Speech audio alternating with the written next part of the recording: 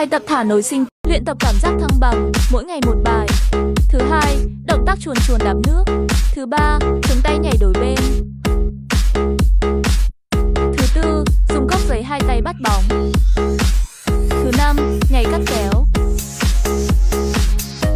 Thứ sáu, chống tay tại chỗ. Thứ bảy, nhảy xoay người. Chủ nhật, nhảy con lắc hai bên. Luyện tập cảm giác thăng bằng, mỗi